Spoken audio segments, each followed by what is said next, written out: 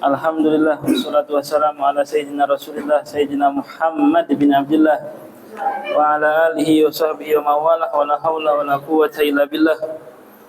Rabbi shrah li sadri wa yassir li amri wahlul 'uqdatam min lisani yafqahu qawli bi jahin nabi wa alihi wa sahbihi. Alhamdulillah, kita masih senantiasa diberikan nikmat oleh Allah Subhanahu wa taala untuk mendengarkan daripada nasihat-nasihat Al-Habib Abdullah bin Husain bin Thahir. Kita masuk ke fasal igtinamul waqt, memelihara waktu. Dia mengatakan di sini faslun wa 'alaika rahimakallahu bimughanamatil umri wasihhati wal faragh. Qala Allah subhanahu sabiqu ila maghfiratin min rabbikum wa qala subhanahu anfiqu mimma razaqnakum min qabli an yatiya ahadakumul mautu fayaqula rabbi laula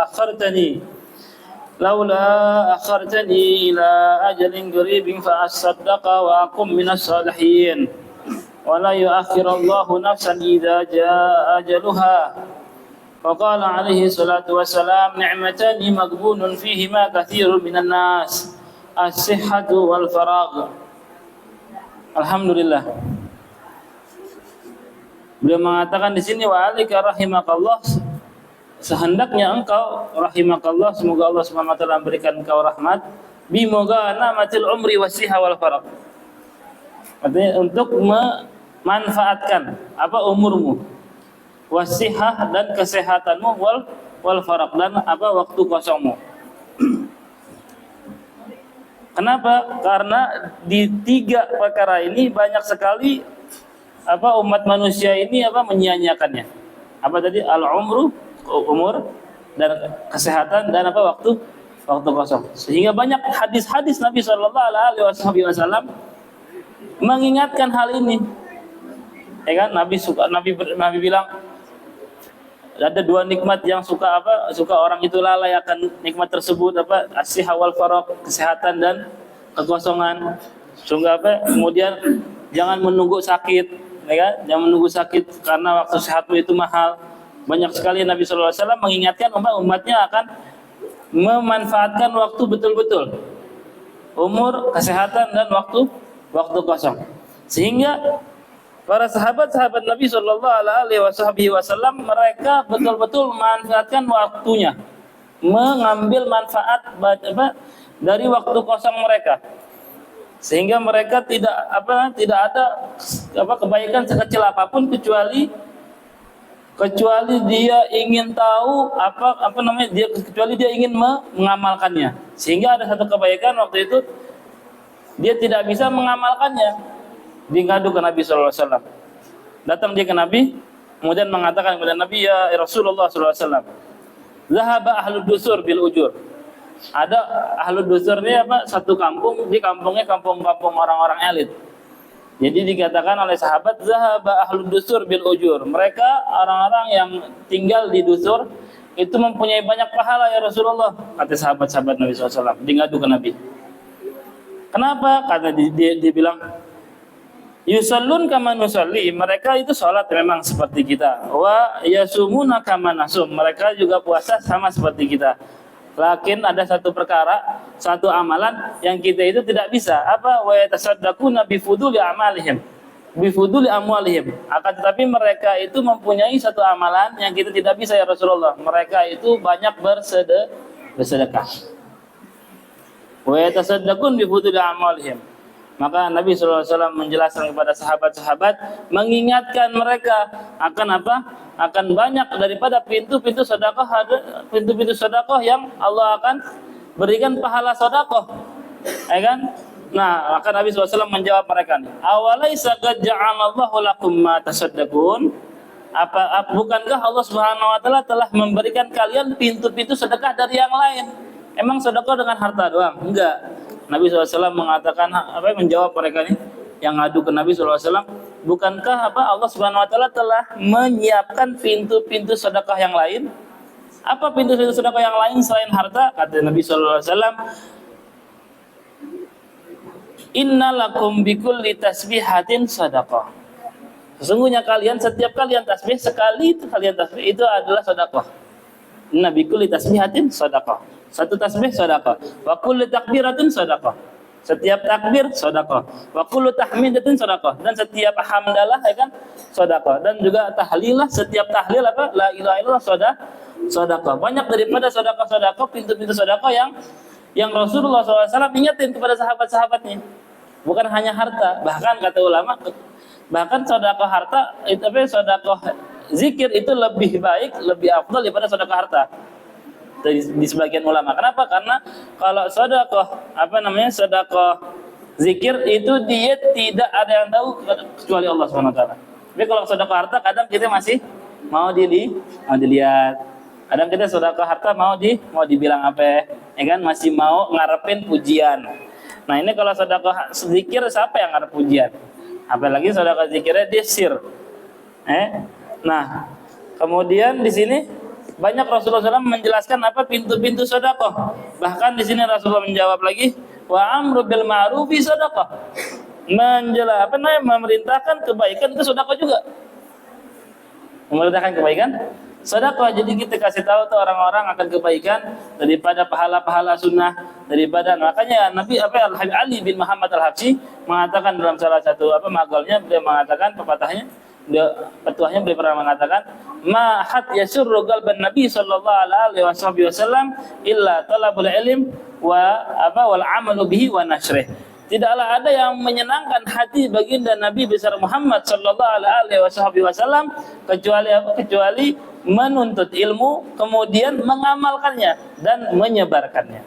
Jadi menuntut ilmu kemudian mengamalkannya, ya kan, berusaha untuk ngamalin diri sendiri karena kita lebih sayang dong sama diri sendiri, ya kan? Karena itu pahalanya balik ke kita, kemudian manfaatnya balik ke kita daripada duniawi wal ukhrawi, dan menyebarkannya baru ngasih tahu ke orang-orang yang terdekat kita yang kita sayangin pastinya. Siapa? Keluarga.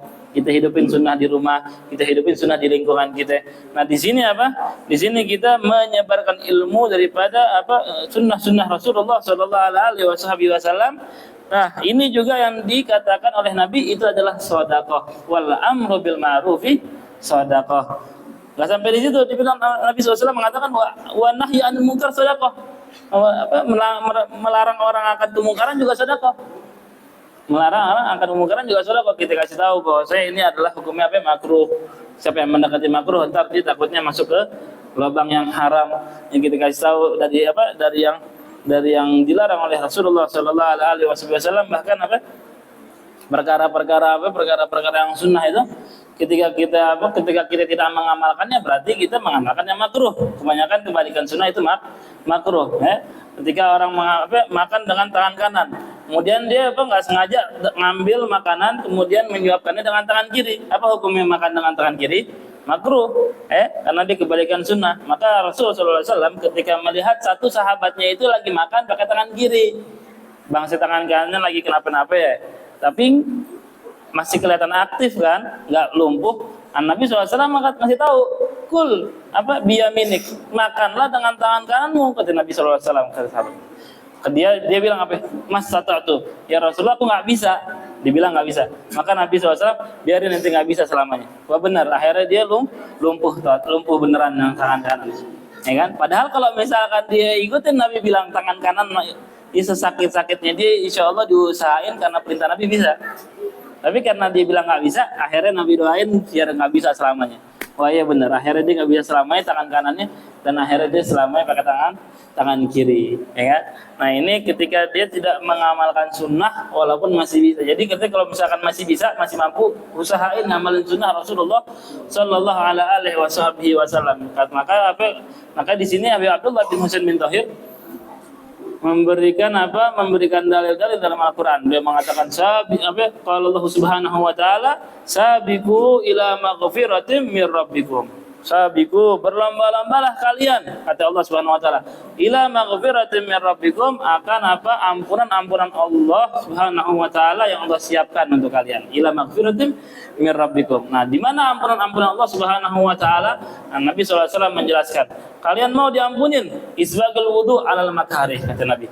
Nih, apa lebih-lebihin tuh? Kalau misalkan wudu lebih-lebihin apa dari haddul wajib. Ketika batasan wajib tuh sampai siku, lebih dikit wajib nggak? Lebih dikit wajib nggak tuh? Kalau misalkan ini masih wajib, hati-hati. Lebih dikit dari batasan wajib itu masih wajib. Kenapa? Karena dalam kaidah fikih mengatakan mala yatimmul wajibu illa bihi fahuwa wajib. Tidak ada yang bisa, tidak ada perkara yang menyempurnakan wajib kecuali dengannya, maka yang menyempurnakan ini juga jadinya wajib. Jadi wajib tidak sempurna dengannya, wajibnya udah, tapi barangkali itu masih ada ragu, tidak sempurna wajib dengannya, maka perkara ini juga ikut wajib. Wajibnya ketika wudhu, wajibnya itu sampai siku, ya kan? Ila mirfaq, sampai siku. Tapi lebih dari siku itu hukumnya masih wajib, karena kita tidak tahu betulan benar sampai ke siku kecuali dengan melebih-lebihinya, maka melebih-lebihinya juga hukumnya wajib. Nah, kalau lebih lagi sampai ke otot-otot, ya kan? Apalagi sampai ke pundak-pundak, itu hukumnya sunnah. Sunnah. Nah, sampai lebih-lebihnya itu kata Nabi SAW termasuk yang mendatangkan ampunan Allah Subhanahu wa Ta'ala. Ketika melebih-lebihi daripada hadul wajib, namanya berarti lebih dari batasan wajib, berarti itu namanya batasan sunnah. Ketika dia melebih-lebihi batasan sunnah, itu namanya mendatangkan ampunan Allah Subhanahu wa Ta'ala.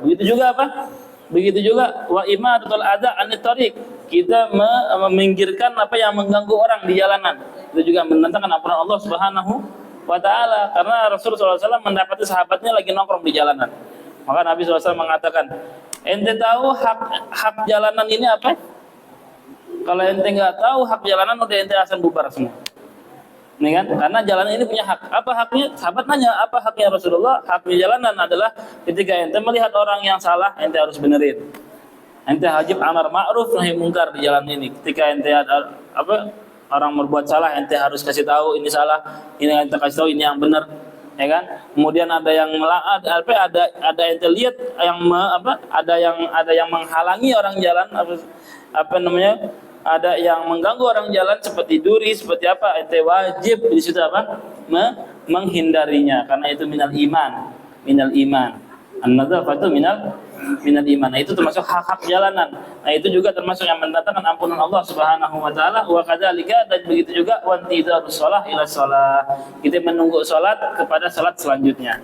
Itu juga termasuk yang mendatangkan ampunan Allah Subhanahu wa Ta'ala. Sehingga para sahabat-sahabat itu dia sampai ketiduran nungguin Nabi keluar untuk sholat, seperti yang diceritakan ketika dia menunggu sholat isya. Sahabat-sahabat sampai tarafaku ru'usahum, sampai pala-palanya itu sampai kenunduk-nunduk, ya, ketika nungguin Nabi untuk melaksanakan sholat isya, karena dia bainal isyain itu dia pada di masjid. Nah, makanya Habib Abdurrahman bin Muhammad As-Saggaf, Pagi Mugadam Sani, dia mengatakan ini termasuk minas samin minas sa'ah saminah, termasuk jam-jam yang sangat luar biasa.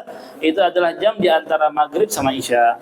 Nah, itu katanya termasuk yang tidak boleh kita sia-siakan di antara dua waktu itu, karena dua waktu itu termasuk daripada yang Allah Subhanahu wa Ta'ala siapkan untuk menyebarkan daripada nafahatillah. Nafahatillah ini termasuk termasuk keberkahan dari Allah Subhanahu wa Ta'ala, rahmat dari Allah Subhanahu wa Ta'ala, inayah dari Allah Subhanahu wa Ta'ala, ya kan? Hidayah datangnya itu kebanyakan di antara maghrib dan isya. Nah, makanya ulama-ulama ini banyak daripada di sana di kota Tarim itu dia sangat memperhatikan 3 waktu. Sebelum waktu pertama, waktu sebelum fajar. Waktu sebelum fajar ini mereka sangat memperhatikan betul. Kemudian setelah fajar sampai matahari terbit. Kemudian juga antara maghrib dan isya. Nah, ini termasuk waktu-waktu yang luar biasa, sehingga kata Habib Umar bin Hafid, dia mengatakan, siapa orang yang menjaga 3 waktu ini, maka Allah Subhanahu wa Ta'ala akan cukupi di waktu-waktu yang lainnya. Yang menjaga 3 waktu ini, dia ketika dia mendepankan Allah, maka Allah tidak akan menyia-nyiakannya, ya kan? sebagaimana yang sahabat-sahabat lakukan di antara dia di hadapan Nabi Muhammad sallallahu alaihi wasallam, sehingga Nabi SAW sering mengingatkan mereka. Ya, jadi sahabat-sahabat ini juga pada semangat karena diingetin Nabi terus, ya kan? Tidaklah ada perkara sedikit pun kecuali Nabi pasti ingetin perkara tersebut. Sehingga ada salah satu cerita diceritakan itu ketika lagi majlis Nabi SAW bersama sahabat-sahabatnya, ada 3 orang masuk, tapi masuknya beda-beda duduknya. Yang pertama ya taqaddam, yang pertama dia maju itu, maju dekat-dekat sama sama Rasulullah sallallahu alaihi wasallam. Yang kedua dia istahya, malu, dia akhirnya di paling belakang. Yang ketiga baru masuk, nengok sebelah kanan sebelah kiri, malunya lebih kali ya, bagaimana? Dia akhirnya dia keluar lagi. Nabi SAW di situ merhatiin perkara itu. Kemudian sahabat-sahabat nggak ada yang perhatian, sehingga di akhir majelis Nabi SAW langsung ngasih tahu, ala ukhbirukum bi khabari salas, apakah kalian mau aku kabarin dengan cerita 3 orang? 3 orang nih Nabi SAW nggak ngasih tahu nih yang duduk tadi apa yang enggak itu. Jadi yang nggak ada yang ngerasa, pokoknya Nabi lagi cerita aja, intinya 3 orang ini. Yang pertama adalah awallah fa'awahullahu alaih. Yang pertama adalah orang yang maju, yang bersungguh-sungguh mendekat kepada Allah Subhanahu wa taala, maka Allah juga sungguh-sungguh mendekat kepadanya. Maka Allah juga sungguh-sungguh untuk mendekat kepadanya, karena Allah Subhanahu wa taala Maha membalas dengan sebaik-baik balasan. Sebagaimana yang dalam hadis qudsi katanya dalam hadis qudsi, idza dzakarna 'abdi fi mala' dzakartuhu fi mala' khairan minhu. Ketika ada seorang hambaku menyebut-nyebut namaku di keramaian, maka aku akan menyebut-nyebut namanya juga di keramaian yang lebih baik dari keramaian dia. Ya enggak? Keramaian di penduduk langit sama Allah Subhanahu wa taala. Jadi Allah Subhanahu wa taala. Kemudian di sini dia akan dikedepankan oleh Allah Subhanahu wa taala. Ya enggak? Nah, di akhirat dia paling depan tuh di akhirat. Di akhirat dia termasuk orang yang paling depan bersama Nabi insyaallah sallallahu alaihi wasallam. Yang kedua, istahya fastahyallahu minhu. Yang kedua, dia malu sama Allah Subhanahu wa taala, sehingga Allah juga akan malu ntar sama dia. Ntar di akhirat juga dia di belakangin sama Allah. Ntar tunggu aneh malu untuk ketemu ente, tunggu dulu deh, ente belakangan dulu. Nah, ini termasuk apa yang membahayakan dia di akhirat, karena termasuk yang membahayakan seorang di akhirat tulul hisab, kelamaan dihisab. Jadi banyak ditanya, itu termasuk yang membahayakan seseorang. Sehingga paling banyak makanya penduduk surga itu orang-orang miskin, orang-orang yang nggak banyak ditanya. Dia mau ditanya apa? Nggak punya apa-apa, ya kan? Akhirnya dia cepat masuk surganya. Nah, ini kan kebanyakan ditanya termasuk yang membahayakan dia, karena dunia ini ribet. Halaluha hisab wa haramuha azab. Halalnya di dunia itu bakalan dihisab, dan haramnya bakalan diazab oleh Allah Subhanahu wa taala. Nas'alullah salamah. Nah, sehingga kemudian yang ketiga i'tarada anillah fa'aradallahu anhu. Yang ketiga, dia berpaling dari Allah sehingga Allah Subhanahu wa taala juga berpaling darinya. Ya kan? Dia berpaling nih, dia enggak ikut majelis Nabi sallallahu alaihi wasallam, dia keluar lagi. Dia udah tahu itu ada majelis, dia keluar lagi dari majelis itu, nasallallahu salamah. Itu Nabi bilang dia telah berpaling dari Allah Subhanahu wa taala. Sehingga yang dulu kita pernah bahas ya, siapa yang berpaling dari Allah, Allah akan jadikan hidupnya sempit, dia nggak tahu mau kemana. Man a'rada an dzikri fa inna lahu ma'isyatan danka wa nahsyuruhu yaumal qiyamati a'ma. Kemudian dia dibangkitkan telah di hari kiamat, dia di akhirat dengan keadaan mata yang buta, ya kan? Karena apa? Karena dia berpaling dari Allah, biar Allah berpaling darinya. Biar jauh dari Allah Subhanahu wa taala, dia buta, nggak tahu arah di akhirat. Nasallahu salamah. Ini kan, kemudian dibilang kan, ya Rabb, lima hasyartani a'ma wa qad kuntu basira. Kenapa engkau kumpulkan aku, bangkitkan aku sekarang dengan mata yang buta kan? Padahal dulu aku di dunia bisa melihat, ya kan? Karena apa? Karena engkau telah melupakan daripada peringatan-peringatanku, yaitu Nabi sallallahu alaihi wasallam, utusan Allah Subhanahu wa taala. Allah Subhanahu wa taala mengutus Nabi untuk menjelaskan Alkitab, sunnah Al-Qur'an, kemudian sunnah Nabi sallallahu alaihi wasallam. Yubasyirukum, memberikan kabar gembira dan memberikan ancaman-ancaman dari Allah Subhanahu wa taala, tapi dia berpaling, ya kan? Nah, kalau orang zaman sekarang nih kadang dia takut kalau dia tahu ntar jadi wajib untuk ngamalin. Ya enggak? Itu gimana tuh kita tanggapin? Nah, itu dibilang itu jahilnya murakkab. Dia bodohnya itu double. Bodohnya itu double murakkab. double. Kenapa? Karena dia ntar akan disiksa, ya kan? Ntar dia disiksa 2 kali. Pertama, dia itu udah dikasih kesempatan untuk tahu tapi dia nggak mau tahu. Kedua, karena kesalahan dia dalam ilmu, ya kan? Makanya talabul ilmi fardhatun yang kemarin kita udah bahas. Nah, kemudian di sini Al Habib Abdullah bin Husain bin Tahir mendatangkan ayat yang lainnya. Dia mengatakan, qala subhanahu wa anfiqu mimma razaqnakum min qabli ayati ya ahadakumul mautu fayaqula rabbi laula akhartani ila ajalin qaribin fa asaddaqa wa akum minas salihin wa la yu'akhirallahu nafsan idza jaa ajaluha. Dan Allah Subhanahu wa taala di sini, wa anfiqu mimma razaqnakum, berinfaklah akan apa-apa yang telah Allah berikan rezeki kepada kalian. Kenapa? Min qabli ayati ahadakum maut, karena sebelum kalian datang kematian kepada kalian, fayaqula rabbi, terus kalian mengatakan, rabbi laula akhartani ila ajalin qarib, ya Rabb, kenapa engkau tidak mencabut nyawaku entar-entaran lagi? Kenapa engkau tidak mencabut nyawaku akhartani ila ajalin qarib? Kenapa engkau tidak mengakhirkan pencabutan nyawaku? Kenapa? Supaya aku bisa bersedekah ya Rabb, fa asaddaqah wa akum minas sholihin, dan aku menjadi orang-orang yang soleh. Nah, dia ngarepnya di surga jadi orang-orang soleh, dia ngarepnya pas di akhirat. Pas sudah mati, dia ngelihat tapi pahala-pahala orang yang sedekah ini sangat luar biasa, sehingga dia akhirnya ngarep di situ supaya aku bisa sedekah ntar di dunia lagi, atau aku menjadi orang-orang yang soleh. Maka Allah Subhanahu wa taala menjawab, wala yu'akhirullahu nafsan idza jaa ajaluha. Allah tidak akan mengakhirkan seseorang kematiannya ketika sudah datang ajalnya. Datang ajalnya berarti sudah selesai deh, nggak bisa dibalikin lagi. Waqala alaihi salatu wassalam, ni'matani maghbunun fihi ma katsirun minan nas. Ada 2 nikmat yang sering kali orang tertipu dengan 2 nikmat itu. Ya kan? Sihhatu wal faragh, kesehatan dan waktu kosong, ya kan? Ketika kesehatan datang kepada kita makanya Nabi SAW mengatakan afatun ni'am al-ulfah.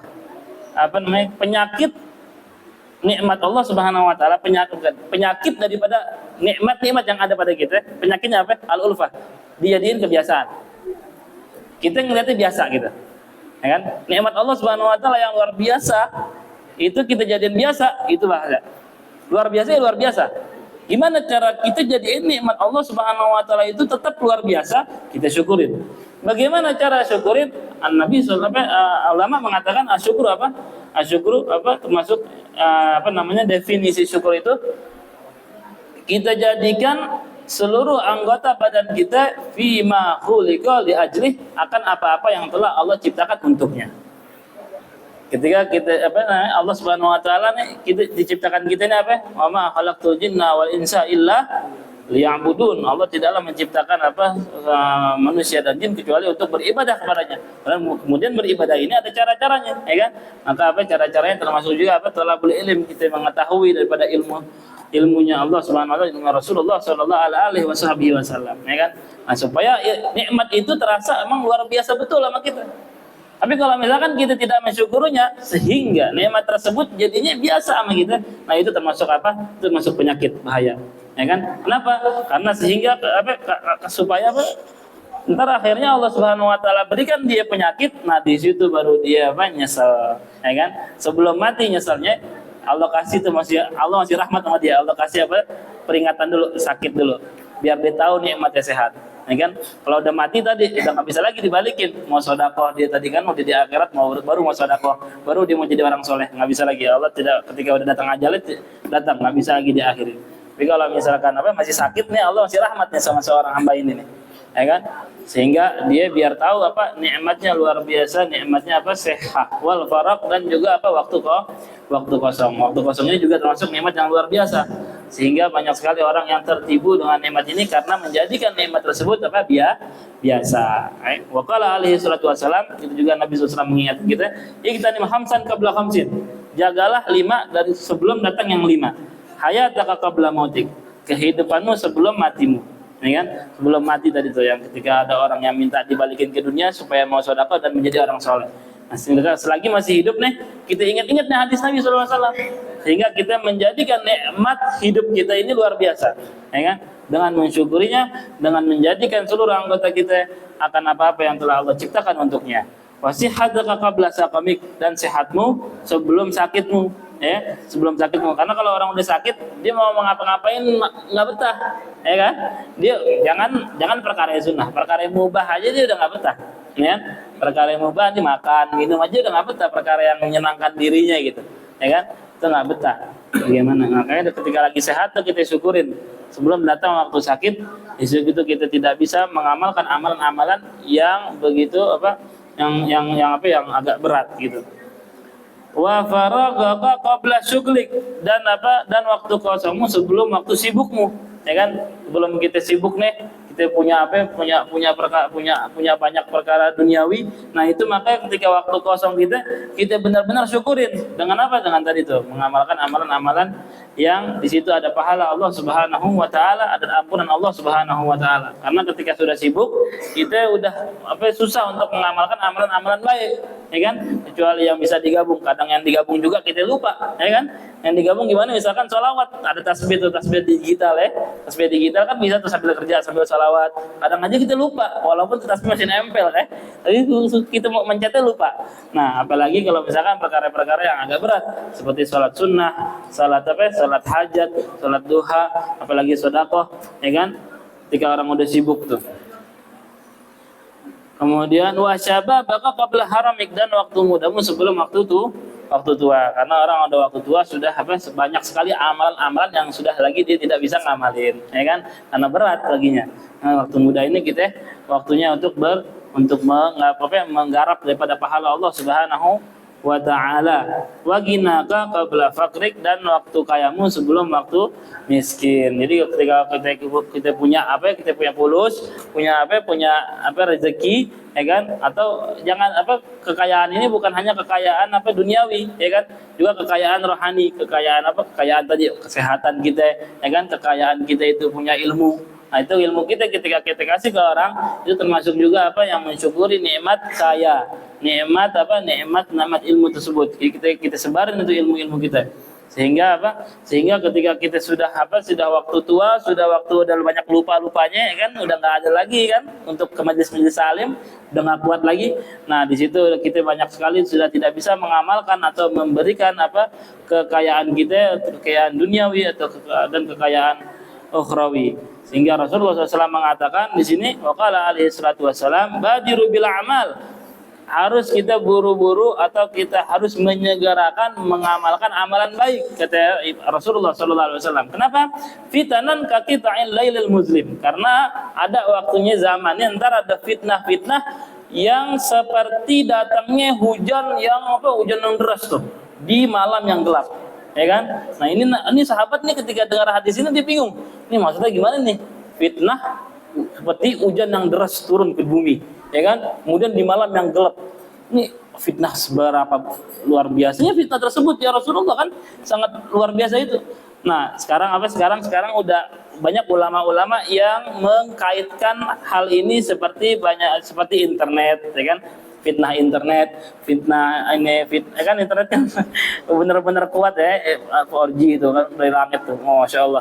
Nah, ini nih katanya termasuk yang diisyaratkan oleh Nabi di zaman dahulu, seperti fitnah seperti hujan deras di malam yang gelap itu. Nah, ini termasuk juga isyarat Nabi SAW untuk yang zaman sekarang. Jadi kita bukanya yang nongol ya kan internet ya. Apalagi termasuk juga yang kita sangka itu nggak dosa, itu padahal dosa. Seperti apa? Seperti kita ikutan gosip orang, ya kan? Seperti yang di podcast yang di mana-mana itu kita dengar gibahan orang, kita dengar namimah, kita dengar ngadu domba orang, kita dengar kizib pada bohong-bohong, pada walaupun bercanda ya bohongnya dosa tetap, ya kan? Nah, ini termasuk fitnah yang akan datang di akhir zaman. Makanya kita ketika menemukan amalan-amalan baik, kita tahu amalan-amalan baik, ya kan, kita harus menyegerakannya. Karena sebelum datang fitnah tersebut tapi tidak luput, orang baik, orang buruk kena semua, ya kan? Makanya kita harus kumpulin amalan-amalan baik sebelum dimakan oleh fitnah ini. Maka kata Rasulullah SAW, fitnah tersebut ujungnya, mentoknya gimana? Yusbihur rajulu mu'minan wa yumsi kafiran. Dia paginya masih mukmin nih, paginya masih baik, tapi karena dia itu tidak menyegerakan amal, tapi karena dia itu tidak bersungguh-sungguh dengan amalan baik, akhirnya nasallallahu salamah, Allah cabut imannya, wa yumsi kafiran, masuk waktu sore dia udah kafir sama Allah Subhanahu wa taala. Ini mentok-mentoknya ujung dari fitnah. Wa yumsi mu'minan, waktu sore dia masih beriman. Sebagian yang lain waktu sore masih beriman, waktu sore masih beribadah kepada Allah Subhanahu wa taala, tapi karena dia itu meremehkan atau dia mengakhir-akhirkan ibadah kepada Allah Subhanahu wa taala, dia merasa aman daripada imannya, sehingga Allah cabut iman tersebut. Wa yusbihu kafiran, masuk waktu pagi dijanjikan perkara-perkara sama orang kafir, sehingga dia akhirnya masuk kepada kekafiran Allah Subhanahu, kepada kafir pada Allah Subhanahu wa taala. Bagaimana ya Rasulullah dia bisa seperti itu? Ya bi'u ahaduhum dinahu, mereka menjual agamanya bi'aradin minad dunya galil, dengan barang dari duniawi yang sedikit, ya kan?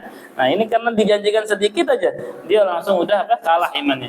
Makanya daripada perkataan ulama yang mengatakan ma amina ahadun min salbi imanihi illa sulim. Tidaklah ada orang yang merasa imannya itu aman. Tidaklah ada orang yang merasa imannya itu aman daripada dicabut oleh Allah, kecuali Allah akan cabut imannya. Gitu. Ya kan? Nah, termasuk yang bisa mencabut iman seseorang hamba itu dia mengakhir-akhirkan amal, dia menunda-nunda amal, ya kan? Apalagi dia mengeluh akan amal-amal baik. Sehingga ada satu nabi di Bani Israel, dia ini mengeluh karena dia diusik dia diganggu oleh umatnya. Dia ngeluh sama ya Allah, begini-gini banget ya dakwah ya Allah, subhanallah, benar-benar berat banget untuk menjadi utusanmu. Sehingga kata Allah, ya ente ngadu lagi, anak bakalan cabut, jangan kerasulan ente, iman ente anak cabut. Seorang Rasul punya umat, dia ngeluh sedikit, akhirnya jangan kerasulan ente anak cabut, iman ente bakalan cabut kalau ente ngeluh sekali lagi. Ya, dia ngeluh akan amal-amal baik, padahal dia menyebarkan ilmu, menyampaikan risalah Allah Subhanahu wa taala. Insyaallah kita sedikit-sedikit insyaallah Allah berikan keberkahan, insyaallah Allah berikan kemanfaatan ilmu kita yang penting kita niatin untuk mengamalkan amalan-amalan baik yang kita tahu daripada talabul ilm kita yang kemarin-kemarin, sehingga Allah Subhanahu wa taala jadikan kita yang termasuk orang-orang yang diikutkan sama aslafun saleh yang amalnya banyak, walaupun kita amalnya dikit, karena kita beneran mau niru, karena kita mau jujur mau niru mereka, sehingga Allah Subhanahu wa taala ikutan kita insyaallah kepada mereka. Ala kulli niyyah shalihah wa ala man aslafana salihun. Wassalamualaikum warahmatullahi wabarakatuh.